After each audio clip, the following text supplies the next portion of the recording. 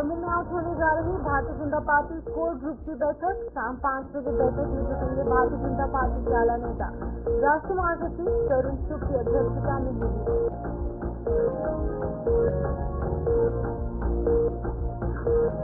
जिला सांबा में एसएसबी और बीएसएफ एक्शन में सीमावर्ती और पहाड़ी इलाकों में सर्च ऑपरेशन जारी। सुरक्षा व्यवस्था के मद्देनजर चलाया जा रहा अभियान।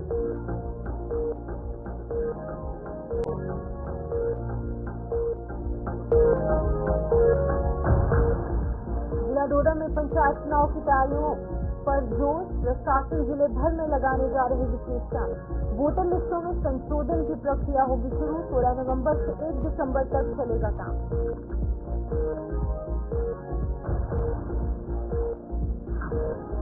डोडा के जीएमसी की सुरक्षा व्यवस्था की खुली पोल। सोशल मीडिया पर वायरल वीडियो बना चर्चाओं का विषय।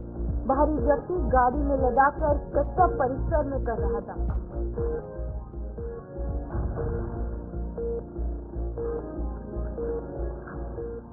नमस्कार, जम्मू कश्मीर का एक खास बुलेटिन देख रहे हैं आप। मैं हूं आपके साथ शिप्पन शर्मा। तो चलिए शुरुआत करेंगे बुलेटिन की।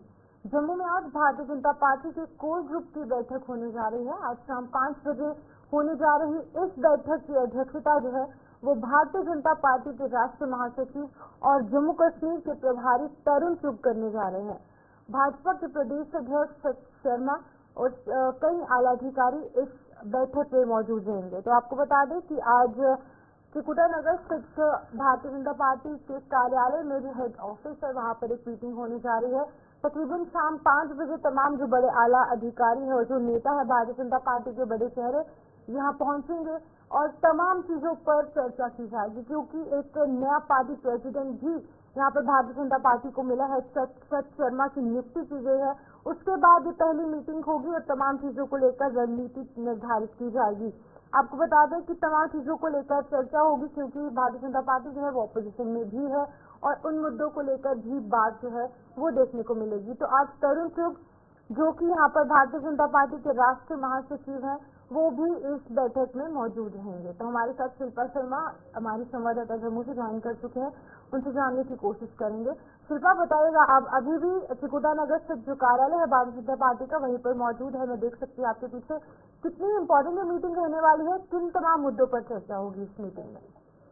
देखिए, फिलहाल अगर हम बात करें इस समय मेंबर्स की बैठक जो है वो चल रही है और इसकी अध्यक्षता जो है वो यूपी प्रदेश अध्यक्ष सतीश शर्मा जी इसकी अध्यक्षता कर रही हैं और इस बैठक में 28 एमएलए मौजूद हैं और ये बैठक शुरू हो चुकी है, जहाँ पे नेशनल जनरल सेक्रेटरी तरुण चुग मौजूद है, जनरल सेक्रेटरी अशोक कोल और बाकी अन्य लीडर्स भी इस बैठक में जो है वो मौजूद है, कविंदर गुप्ता, और साथ ही साथ जो 28 एमएलए हैं भारतीय जनता पार्टी के वो भी इस बैठक में मौजूद है। देखिए, मेंबर्स की बैठक की अगर हम बात करें तो भारतीय जनता पार्टी में किस प्रकार से और भी सदस्य जो है वो जुड़ेंगे उसको लेकर ये बैठक है। साथ ही साथ अब तक भारतीय जनता पार्टी ने अपने साथ कितने सदस्यों को जोड़ा है एक रीजन बैठक इस समय जो है वो की जा रही है और इसकी अध्यक्षता सतीश शर्मा जी कर रही है, जहाँ पे नेशनल जनरल सेक्रेटरी तरुण चुग भी इस बैठक में मौजूद है। लेकिन अहम बैठक क्योंकि शाम के समय होने वाली है, करीबन 5 से 5:30 बजे के करीब ये बैठक जो है वो शुरू होगी और ये बैठक की अध्यक्षता जो है वो सतीश शर्मा जी करेंगे और साथ ही साथ इस बैठक में जिस प्रकार से नेशनल जनरल सेक्रेटरी तरुण चुग मौजूद रहेंगे और बाकी जो कोर ग्रुप के सदस्य हैं, लीडर्स हैं, वो इस बैठक में मौजूद रहेंगे। 5 बजे के करीब बैठक शुरू होगी। जो अहम मुद्दे रहने वाले हैं, जैसे भारतीय जनता पार्टी की रणनीति आगे की क्या कुछ रहेगी, किस प्रकार से भारतीय जनता पार्टी को और भी ज्यादा मजबूत किया जा सके और भी ज्यादा जो है वो सक्षम किया जा सके, इसको लेकर आगे की रणनीति रहेगी। और स्टेटहुड इस समय बहुत बड़ा मसला बन चुका है, बहुत बड़ा इस समय जो है वो मुद्दा जो है वो देखने को मिल रहा है, क्योंकि आप देखिए असेंबली में जिस प्रकार से बड़ा हंगामा जो है वो देखने को मिला, जब स्पेशल स्टेटस का रेजोल्यूशन जो है वो लाया गया उसके बाद पास किया गया तो बहुत बड़ा हंगामा भी देखने को मिला। इन सब तमाम चीजों को लेकर आज करीबन 5 साढ़े 5 बजे के करीब कोर ग्रुप की बैठक होगी। इन सभी मुद्दों को लेकर जो है वो बैठक की जाएगी और इसमें एक राज्य में चुनाव अभी हो रही है, यानी कि वोटिंग हो रहा है, एक राज्य में संपन्न हो चुका है। एक्सपेक्टेशन क्या कुछ है भारतीय जनता पार्टी की, इसको लेकर भी जो है वो यहाँ पर डिस्कस शाम के समय जो है वो कोर ग्रुप बैठक में किया जाएगा। तो कंक्लूजन की अगर मैं बात करूँ तो जिस प्रकार से रणनीति भारतीय जनता पार्टी की क्या कुछ रहने वाली है, आगे की भारतीय जनता पार्टी किस प्रकार से जो है वो रणनीति तय करेगी, क्या कुछ ऐसे रणनीति रहने वाली है, क्या कुछ ऐसे स्टेप्स रहने वाली है जिससे भारतीय जनता पार्टी और भी ज्यादा जो है वो जम्मू कश्मीर में मजबूत बन सके। शिल्पा, जिस तरीके से आपने बताया कि सदस्यता अभियान जारी है और ज्यादा से ज्यादा लोगों को भारतीय जनता पार्टी के खेमे में लाने की कोशिश की जा रही है, तो इन तमाम चीजों से क्या हम ये कह सकते हैं कि आने वाले जो चुनाव है 2029 में जो चुनाव होंगे असेंबली इलेक्शन जम्मू कश्मीर में, उसको लेकर अभी से भारतीय जनता पार्टी ने कमर कस ली है? क्योंकि इस बार 29 सीटें भारतीय जनता पार्टी के खेमे में आई हैं, जो कि जम्मू की सभी सीटें भारतीय जनता पार्टी को मिली। कश्मीर डिवीजन में भी किस तरीके से विस्तार बढ़ाया जाएगा और किस तरीके से और वोट शेयर बढ़ेगा, वोट बैंक बढ़ेगा, इन चीजों को लेकर चर्चा हो सकती है आज की 5 बजे की बैठक में।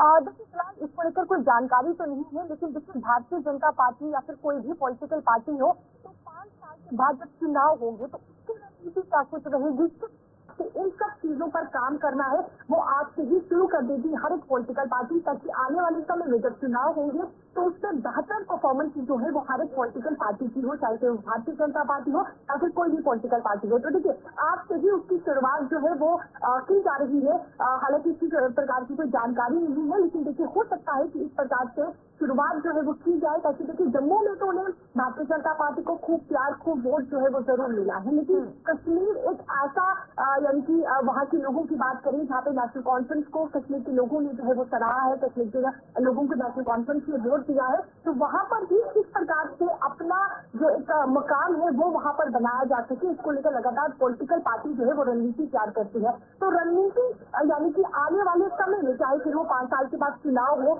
या फिर 5 साल जो मतलब जो दिन गुजरने हैं, इन सब तमाम चीजों को लेकर जो है वो भारतीय जनता पार्टी आज शाम तकरीबन 5 से 5:30 बजे के करीब जो है कोर ग्रुप बैठक करेगी और इस सब रणनीति को लेकर जो है वो बैठक की जाएगी। शिल्पा, ऑपोजिशन भी जो है वो भारतीय जनता पार्टी में सबसे ज्यादा एक्सपीरियंस कहीं ना कहीं भारतीय जनता पार्टी को है ऑपोजिशन के तौर पर बैठने का, और इस बार काफी स्ट्रांग ऑपोजिशन जम्मू कश्मीर में है।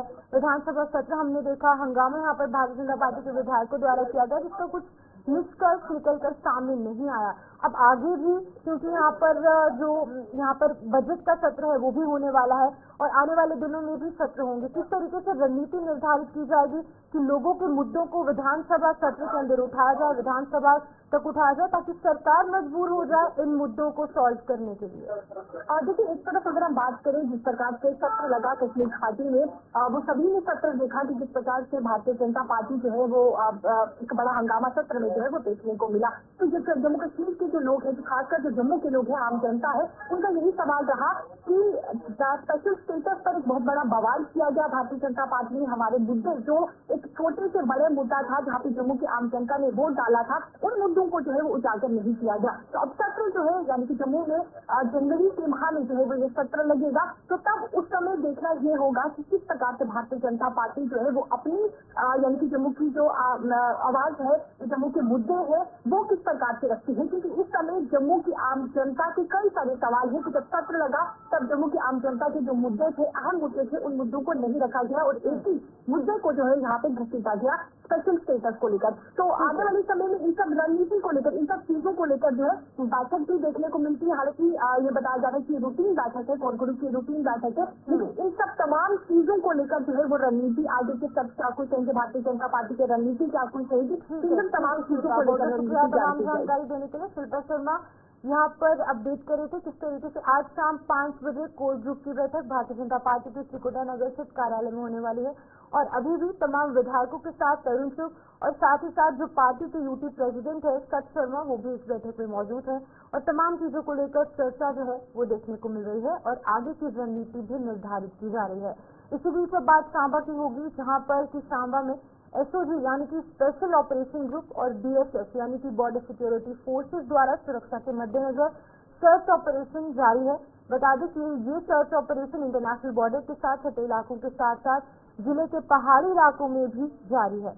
बताया जा रहा है कि पिछले कुछ समय से जम्मू संभाग के कुछ जिलों में आतंकी वारदातों के मद्देनजर ये अभियान लगातार जारी है। आपको बताते चले कि इंटरनेशनल बॉर्डर की बात हो या फिर पहाड़ी इलाकों की बात हो, अगर हाईवे की बात की जाए तो सभी जगह पर सुरक्षा व्यवस्था चाक चौबंद कर दी गई है, खास तौर पर जिला सांबा में, क्योंकि इंटरनेशनल बॉर्डर के साथ सटा इलाका है। वहां पर इंफिल्ट्रेशन ना हो या फिर कुछ इस तरीके की घटनाएं ना हो, इन सभी चीजों के मद्देनजर सर्च ऑपरेशन, रूटीन का जो सर्च ऑपरेशन है वो सिक्योरिटी फोर्सेस द्वारा आसपास के इलाकों में जिला सांबा में देखने को मिल रहा है। तो हमारे साथ ऋषि खजूरिया सांबा से हमारे संवाददाता ज्वाइन कर चुके हैं, उनसे जानने की कोशिश करेंगे क्या कुछ स्थिति है। ऋषि हमारे साथ फोन लाइन के माध्यम से ज्वाइन किए। ऋषि बताइएगा किस तरीके से हालात जिला सांबा में देखने को मिल रहे हैं, किस तरीके से routine search operation security forces कर रहे हैं वहाँ पे। बिल्कुल, आपको बताते चले कि जिस तरह से आपने देखा कि जो पिछले दिनों से हालात बने हुए हैं, वो चाहे कश्मीर घाटी के हालात हो या फिर जम्मू संभाग के हालात हो, उन्हीं हालातों को देखते हुए सिक्योरिटी फोर्सेज ने यहाँ पर लगातार मोर्चा संभाला हुआ है और तमाम जिला सांबा के जो अलग अलग इलाके हैं यहाँ पर रूटीन में सर्च ऑपरेशन चलाए जा रहे हैं, खासतौर पर कोऑर्डिनेट सर्च ऑपरेशन भी चलाए जा रहे हैं। और ये देखा जा रहा है कि कहीं कोई संदिग्ध गतिविधि या कोई संदिग्ध कोई ड्रोन ड्रॉपिंग तो नहीं हुई है, उसी को लेकर तमाम अलग अलग इलाके चप्पे चप्पे पर खंगाले जा रहे हैं, जिसमें जम्मू कश्मीर पुलिस की एसओजी की टीम के साथ बीएसएफ जो वो लगातार यहाँ पर पेट्रोलिंग कर रही है। तमाम इलाके यहाँ पर सैनिटाइज किए जा रहे हैं। आईबी के साथ लगते इलाके हो या फिर पहाड़ी इलाके हो या फिर जो शहर के आसपास के इलाके हैं, यहाँ पर लगातार ये जो एरिया डोमिनेशन प्रोसेस है ये किया जा रहा है और यही देखा जा रहा है कि क्या ये पूरे इलाके पूरी तरह से सेफ है, सुरक्षित है। उसी को लेकर सुरक्षा को यहाँ पर पुख्ता किया गया है और लगातार इन इलाकों को जो है सैनिटाइज किया जा रहा है। मैं आपको बता दूं कि जिस तरह से पिछले दिनों से हम लगातार देख रहे हैं कि जो कश्मीर घाटी में आतंकी हमले हुए या उससे पहले जम्मू संभाग को जो डराने की कोशिश आतंकियों द्वारा की गई है और जब चुनाव खत्म होते हैं, चुनाव खत्म होने के बाद सरकार का गठन होता है, उसके बाद से भी कश्मीर घाटी को लगातार दहलाने की कोशिश की गई है। या फिर अखनूर का जो बटन इलाका वहां का आतंकी हमला हो या फिर किश्तवाड़ में जो बीडीजी के जवानों को जो उनकी निर्मम हत्या कर दी गई, तो इन तमाम हालातों को देखा जा रहा है। क्योंकि हमने अक्सर देखा कि इंटरनेशनल बॉर्डर के रास्ते जो है वो पाकिस्तानी आतंकी घुसपैठ यहाँ पर होने के प्रयास जो किए जाते हैं। आपने बताया कि इंटरनेशनल बॉर्डर के पास के जो इलाके हैं वहाँ से इंफिल्ट्रेशन देखने को मिलती है। दूसरी तरफ एक स्टडी निकलकर सामने आई है, इंटेलिजेंस जो भी एजेंसीज हैं उनको इनपुट प्राप्त हुए कि 120 से ज्यादा जो एक्टिव टेररिस्ट हैं वो जम्मू कश्मीर में अभी काम कर रहे हैं और ज्यादातर जो है वो पाकिस्तान से है। इन्हीं कुछ इलाकों की अगर बात की जाए तो यहाँ से वो इन्फिल्ट्रेशन करते हैं और इंडियन टेरिटरी में घुस जाते हैं। तो इन तमाम चीजों से, इन तमाम चैलेंजेस से किस तरीके से डील किया जाएगा सिक्योरिटी फोर्सेज द्वारा? जिस तरह से सिक्योरिटी फोर्सेज यहाँ पर मुस्तैदी से काम कर रहे हैं, खासतौर पर बीएसएफ जो लगातार पेट्रोलिंग कर रही है और बीएसएफ ने जो आधुनिक हथियारों का भी इस्तेमाल करना शुरू किया है, तो पूरी तरह से विजिलेंट होकर काम किया जा रहा है। लेकिन मैं आपको बता दूं कि जो रिपोर्ट्स है कि अगर पाकिस्तान के स्पाई की बात करें तो वहां पर लॉन्च पैड पर कई आतंकी सक्रिय हैं जो कि भारतीय सीमा में घुसने की फिराक में हमेशा रहते हैं। तो उसी को लेकर यहाँ पर लगातार काम किया जा रहा है। पूरी पैनी नजर जो वो रखी जा रही है। जैसे मैंने कहा कि अत्याधुनिक इक्विपमेंट्स का, हथियारों का भी इस्तेमाल किया जा रहा है। तो सीमा पर लगातार कड़ी नजर जो वो रखी जा रही है। सीसीटीवी कैमराज जो वहां पर इंस्टॉल किए गए हैं, हर गतिविधि को क्लोजली वॉच किया जा रहा है, मॉनिटर किया जा रहा है। और चैलेंजेस तो है ही, लेकिन जिस तरह से ये भी रिपोर्ट है कि चंद गिने जो आतंकवादी है जो लगातार यहाँ पर माहौल खराब करने की कोशिश कर रहे हैं, उनको भी बख्शा नहीं जाएगा। तो उसी रणनीति के तहत काम किया जा रहा है। एक तरफ आर्मी लगातार काम कर रही है, बीएसएफ, पुलिस के जो अलग कंपोनेंट हैं जिसमें एसओजी की टीम है, ये भी लगातार अपने अपने ड्यूटीज को परफॉर्म कर रहे हैं। तो मुझे लगता है कि पूरी तरह से सिक्योरिटी ग्रिड को टाइट करने की जो कोशिश है वो की जा रही है। तो ये सर्च ऑपरेशन किसी तरह से लगातार लॉन्च किया जा रहा है सांबा जिला के अलग अलग इलाकों को, चाहे आईबी का इलाका हो या फिर शहरी इलाका हो या फिर पहाड़ी इलाका हो, तमाम इलाके चप्पे चप्पे पर खंगाले जा रहे हैं, सैनिटाइज किए जा रहे हैं। ऋषि, देखिए डबल चैलेंज सिक्योरिटी एजेंसीज के सामने है। एक तरफ इंटरनेशनल बॉर्डर पर तैनाती जरूरी है क्योंकि इन्फिल्ट्रेशन ना हो, इन्फिल्ट्रेशन पर रोक लगानी है। वहीं पर दूसरी तरफ जम्मू कश्मीर के अलग अलग इलाकों में अटैक्स हो रहे हैं, इनकाउंटर्स हो रहे हैं। इन दोनों डबल चैलेंजेस से किस तरीके से सिक्योरिटी फोर्सेस डील कर सकते हैं? देखिए, मुझे लगता है कि इसको लेकर हम ज्यादा हमें टिप्पणी नहीं करनी चाहिए। सिक्योरिटी फोर्सेज जिस तरह से अपना काम कर रहे हैं उन्हें अपना काम करने देना चाहिए। क्योंकि कुछ सीक्रेट्स होते हैं, कुछ ऐसी चीजें होती हैं जो पब्लिक डोमेन में नहीं आनी चाहिए। मुझे लग रहा है कि चैलेंजेस है, चैलेंजेस को एक्सेप्ट करके लगातार हमारी सिक्योरिटी फोर्सेज जो वो लगातार आगे बढ़ रही हैं और जो भी रणनीति तैयार की जाती है, जो भी स्ट्रेटेजीज बनाई जाती है, उसी के तहत काम किया जा रहा है। और मुझे लगता है कि जल्द ही हमारे जम्मू कश्मीर का जो माहौल है वो ठीक होगा और जो चंद गिने चुने आतंकवादी हैं उनको नेस्तो नाबूद किया जाएगा, उनको मुंह तोड़ जवाब दिया जाएगा। ठीक है ऋषि, बहुत बहुत शुक्रिया तमाम जानकारी देने के लिए। ऋषि खजूरिया सांबा से अपडेट करें कि जहाँ पर इंटरनेशनल बॉर्डर या फिर डेंस फॉरेस्ट एरिया या फिर हाईवे की बात की जाए तो यहाँ पर सुरक्षा व्यवस्था चाक चौबंद की गई है क्योंकि लगातार आतंकवादी गतिविधियां जम्मू डिवीजन और कश्मीर डिवीजन में देखने को मिल रही है। जिसके तहत कि सिक्योरिटी एजेंसीज अब एक्टिवली काम करते नजर आ रहे हैं ताकि यहाँ पे कोई भी जो अनटूवर्ड इंसिडेंट है या फिर कोई आतंकवादी गतिविधि जो है वो देखने को ना मिले। आगे बढ़ चलेंगे। जिला डोडा में पंचायत के चुनाव की तैयारियां शुरू हो चुकी हैं। चुनाव आयोग के दिशा निर्देश पर जिले के डीसी ने संबंधित अधिकारियों को जिले में विशेष कैंप लगाने का आदेश जारी किया है। ये अधिकारी सभी मतदान केंद्रों पर कैंप लगाकर वोटर लिस्टों में संशोधन करने का आदेश दिया गया। ये विशेष कैंप 16 नवंबर से शुरू होने जा रहे हैं, जो कि लगभग 15 दिनों तक चलेगा, यानी कि 1 दिसंबर तक ये जारी रहने वाला है। तो आपको बता दें कि यूएलबी की बात की जाए, यानी कि अर्बन लोकल बॉडीज के इलेक्शन जो है वो होने जा रहे हैं और उसी के साथ साथ पंचायत के इलेक्शन भी अगले साल जो है वो इनिशियल मंथ्स में देखने को मिलेंगे। तो इस खबर पर जानकारी देने के लिए हमारे साथ विकास मनहास जिला डोडा से ज्वाइन कर चुके हैं, उनसे जानने की कोशिश करेंगे। विकास, अभी तक यूएलबी या फिर पंचायत का जो इलेक्शन है उनका ऐलान नहीं हुआ है, लेकिन पहले से ही जो निर्वाचन आयोग है या फिर जो अधिकारी है उनके द्वारा कमर कस ली गई है। कैंप लगने जा रहा है 15 दिन के लिए जिला डोडा में, क्या कुछ जानकारी आपके पास?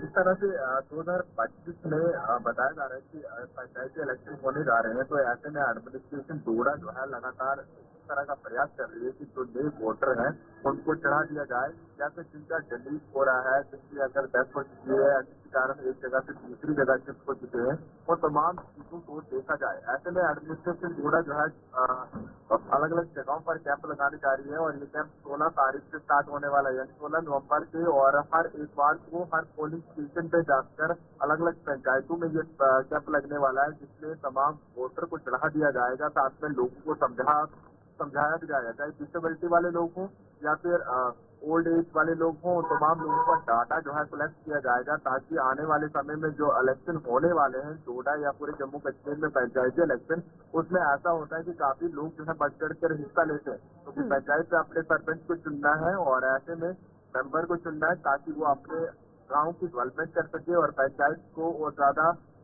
आगे लेके जाए। विकास, अक्सर इलेक्शन में इस तरीके की तस्वीरें, इस तरीके की खबरें निकलकर सामने आती हैं कि कुछ वोटर्स ऐसे होते हैं जिनका नाम वोटर लिस्ट से गायब होता है या फिर कुछ और गलतियां यहाँ पर निकलकर सामने आती हैं। तो उस हवाले से किस तरीके से इस बार काम किया जाएगा, क्योंकि 15 दिन का ये काम काफी अहम होगा, काफी महत्वपूर्ण होगा इन तमाम गलतियों को साइडलाइन करने के लिए? एडमिनिस्ट्रेशन जो है इस तरह का कोई भी रिस्क नहीं लेना चाहता, यानी इलेक्शन कमीशन, क्योंकि लगातार इस तरह से कोई भी लिस्ट अगर जारी करना है प्रॉपर डाटा लेकर, चाहे फिर उनके डॉक्यूमेंट आधार कार्ड हो या फोटोग्राफ हो या फिर जो भी रिक्वायरमेंट जो डॉक्यूमेंट लगते हैं, क्योंकि इलेक्शन कार्ड बनाना है कि लोगों को इलेक्शन कार्ड की जरूरत होती है, क्योंकि जब वोट देने जाना है उस टाइम आपका आइडेंटिटी प्रूफ चेक किया जाता है। तो ऐसे में किसी तरह की भी कोई गड़बड़ ना हो और पंचायती डिलिमिटेशन के बाद जो है कई जगहें आस-पास हो चुकी है, चाहे फिर कोई गांव, क्योंकि आने वाले समय में और ज्यादा पंचायतें भी बढ़ने वाली है, जिसको बताया जा रहा है कि कई सारी जगहों पर पंचायतें और ज्यादा बढ़ाई की जाएगी, ताकि लोग जो है नजदीकी अपने आसपास गांव के साथ कनेक्ट रहे, क्योंकि कई लोगों के दूर दराज गांव है। ऐसे में जैसे मान लीजिए कि अगर एक गांव के साथ दूसरा गांव है और वो जो है एक ही पंचायत गिनी जाती थी, ऐसे में वो चीजें भी करेक्शन की जाएंगी और लोगों को चढ़ा दिया जाएगा, ताकि आने वाले समय में कोई भी इस तरह का मामला सामने ना आए। विकास, यंग जो फर्स्ट टाइम वोटर्स हैं उन्हें भी प्रेरित करना है, वहीं दूसरी तरफ जो बुजुर्ग हैं, जो फिजिकली चैलेंज लोग हैं, उनके भी वोट काफी महत्वपूर्ण है। तो क्या इस बार भी पोस्टल बैलेट जैसी प्रक्रिया देखने को मिलेगी? वहीं पर दूसरी तरफ जो फर्स्ट टाइम वोटर्स हैं उनको किस तरीके से प्रेरित किया जाएगा निर्वाचन आयोग द्वारा? देखिए, फिलहाल इस तरह से कोई इलेक्शन कमीशन द्वारा कोई भी नोटिस जारी नहीं किया गया है, क्योंकि पहले जो भी इलेक्शन हुए, चाहे असेंबली इलेक्शन हुआ, उसमें घर जाकर वोट दिए गए थे डिसेबिलिटी या ओल्ड एज वालों के साथ। ऐसे में पंचायती इलेक्शन होने वाला है और वहां पर किस तरह से क्या प्रतिक्रिया रहेगी वो आने वाला समय ही बताएगा, लेकिन एडमिनिस्ट्रेशन जो है लगातार नए वोटरों को जोड़ने का प्रयास कर रहा है, ताकि वोटिंग की जो स्ट्रेंथ हो वो ज्यादा बढ़ चढ़कर सामने आए और ये जो एक जनतंत्रता मनाई जाती है, स्वतंत्रता और वोट देना हर किसी का राइट है, वो तमाम चीजें जो है लोग करें। ठीक है विकास, बहुत बहुत शुक्रिया तमाम जानकारी देने के लिए। विकास मनहास डोडा से अपडेट कर रहे थे। अर्बन लोकल बॉडीज और साथ ही पंचायती इलेक्शन अगले साल इनिशियल मंथ्स में देखने को मिल सकते हैं। अभी इसका कोई ऐलान नहीं हुआ है, लेकिन उससे पहले से ही जो निर्वाचन आयोग है यानी इलेक्शन कमीशन जो है उसके द्वारा कमर कसी गई है और 15 दिन का एक कैंप जिला डोडा के अलग अलग इलाकों में या फिर जहां पर पोलिंग बूथ है वहां पर इंस्टॉल किया जाएगा ताकि जो भी अनियमितता या फिर जो भी गलतियां वोटर लिस्ट में या फिर वोटर कार्ड में है उनको ठीक किया जाए और साथ ही साथ जो फर्स्ट टाइम वोटर्स हैं उनके वोटर कार्ड बनाने की प्रक्रिया भी शुरू हो जाएगी। 16 नवंबर से 1 दिसंबर तक ये डोडा में कैंप लगने जा रहे हैं। इसी बीच डोडा की अगली खबर जहां पर डोडा के जीएमसी परिसर का एक वीडियो सोशल मीडिया पर वायरल होने से जीएमसी की सुरक्षा की पोल खुल चुकी है। इस वीडियो में एक भारी व्यक्ति गाड़ी में लदा कचरा जीएमसी परिसर में फेंकता हुआ दिखाई दे रहा है। बता दें कि जीएमसी से ही एक मुलाजिम ने इसका वीडियो बनाकर उसे सोशल मीडिया पर पोस्ट कर दिया जो कि लोगों में अब चर्चाओं का विषय बना हुआ है। तो ये तस्वीर ये वीडियो आपके सामने है जो कि सोशल मीडिया पर जमकर वायरल हो रही है। ये जिला डोडा की तस्वीरें हैं जहां पर की एक गाड़ी जो है वो यहाँ पर पहुंचती है जिसमें कि कचरा लदा हुआ है और ये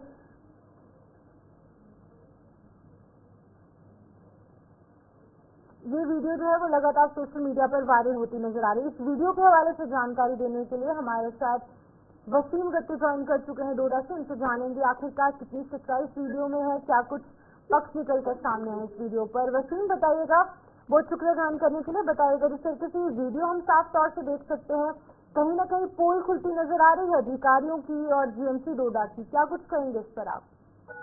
देखिए, आपकी जानकारी के लिए बताना चाहेंगे, एक तो मेडिकल कॉलेज डोडा यानी कि सुर्खियों में काफी वर्षों से देखा जा रहा है और दूसरी तरफ से आप देख रहे हैं कि किस तरह से वेस्ट मटेरियल जो घरों में निकलता है वो जीएमसी के अंदर कुछ लोग आके डाल रहे हैं। बड़ा बात इसमें ये कि जहाँ पे जीएमसी बता रहा है कि हमारी सुपरविजन रहती है, सीसीटीवी कैमरा जहाँ पे काम करते हुए नजर रहे हैं, दूसरी तरफ से आप देख रहे हैं कि किस तरह से मेडिकल कॉलेज के अंदर कुछ लोग आते हैं, वेस्ट मटेरियल डालते हैं। तो अपने आप में एक बहुत बड़ा सवाल है और उनका फेलियर सामने नजर आ रहा है और बड़ा अहम इसमें यह है कि एडमिनिस्ट्रेशन वहाँ है और लोगों ने जहाँ पे पहले भी डिमांड की थी कि एक एंट्रेंस गेट है वहाँ पे सिक्योरिटी होनी चाहिए, आने जाने वाले लोगों पे नजर रखनी चाहिए, मगर वो नजर आपको कहीं पे भी नजर नहीं आएगी। और जब जीएमसी के एंट्रेंस गेट से जब आप अंदर जाते हैं दोनों तरफ से तो वहाँ पे आप देखेंगे लंबी लंबी कतारों में गाड़ियां खड़ी होती हैं। पहले भी गुलिस्तान न्यूज ने इस चीज को दिखाया था, उसके बाद सुधारने की कोशिश की गई थी, मगर आज आप देखेंगे वही तस्वीरें वही हालात देखने को मिल रहे हैं। आलम ये है कि मेडिकल कॉलेज को पूछने वाला इस वक्त कोई भी नहीं है। जी वसीम, अगर हम बात करेंगे जिला डोडा के सभी जो विभाग है कहीं ना कहीं वो ठंडे बस्ते में नजर आ रहे हैं, कोई भी अधिकारी काम करता नजर नहीं आ रहा। चाहे हम वहाँ के ग्राउंड की बात करें वहाँ कचरा फैला है, ट्रैफिक विभाग की बात करें उसकी कार्यप्रणाली पर सवाल उठ रहे हैं, जीएमसी पर सवाल उठ रहे हैं। तो किस तरीके से संज्ञान लेने की जरूरत है डीसी डोडा को, यहाँ पे जो अन्य आला अधिकारी बैठे हैं? देखिए, हम तो कहते हैं इस पे संज्ञान होना चाहिए, आवाम तो कह रही है इस पे संज्ञान होना चाहिए, मगर अभी तक आपको बताना चाहेंगे कोई भी संज्ञान नहीं लिया गया है। अब जो सरकार बनी हुई है तो उसमें काफी सारी उम्मीदें हैं, देखना होगा कि सरकार का किस तरह का फैसला और खास करके जिन लोगों ने इस तरह की वायलेशन उस इलाके के अंदर की है। हालांकि लोग आज की डेट में काफी ज्यादा सवाल उठा रहे हैं, सिविल सोसाइटी के लोगों ने भी इसलिए सवाल उठाए कि कोई बड़ा कदम होना चाहिए। देखिए, एक तो कनाल्स में उस एरिया में आप जाएंगे तो कनाल्स में इन्क्रोचमेंट लोगों ने की हुई है, दूसरी तरफ से आप देख रहे हैं कि किस तरह से वेस्ट मटेरियल लोग अब पहले तो अलग अलग एरिया से जैसे गट का नाला है नालों में फेंका जाता था, आज आप देख रहे हैं कि लोग वेस्ट मटेरियल ला रहे हैं मेडिकल कॉलेज के अंदर ला रहे हैं। तो ये साफ तौर पर देखा जा सकता है कि एडमिनिस्ट्रेशन वहाँ की फेल होती नजर आ रही है, उनसे कहीं ना कहीं बहुत सवाल देखने को मिल रहे हैं। जी ठीक है वसीम, बहुत बहुत शुक्रिया तमाम जानकारी देने के लिए। वसीम गट्टू जो है वो डोडा से अपडेट कर रहे हैं जहाँ पर एक वीडियो सोशल मीडिया पर काफी ज्यादा वायरल हो रही है जिसमें कि जीएमसी की अगर बात की जाए तो सुरक्षा की पोल खुलती नजर आ रही है साफ तौर से, लेकिन कहीं ना कहीं प्रशासन लंबी ताने सोए है और इस वीडियो पर कोई भी संज्ञान नहीं लिया जा रहा। फिलहाल के लिए इस बुलेटिन में इतना ही, मुझे दीजिए इजाजत और आप बने रहे गुलिस्तान न्यूज के साथ।